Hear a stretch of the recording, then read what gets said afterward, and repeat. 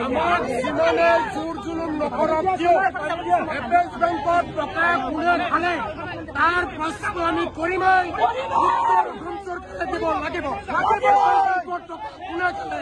তাৰ বিচাৰ অসমবাসীক দিব লাগিব যেতিয়ালৈকে ইয়াৰ উত্তৰ নাপাওঁ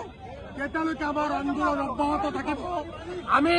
হাজাৰ পুলিচ লগা বাধা দিলেও অসমৰ সম্পদ এপেক্স বেংকত টকা লুটি খোৱাসকলৰ বিৰুদ্ধে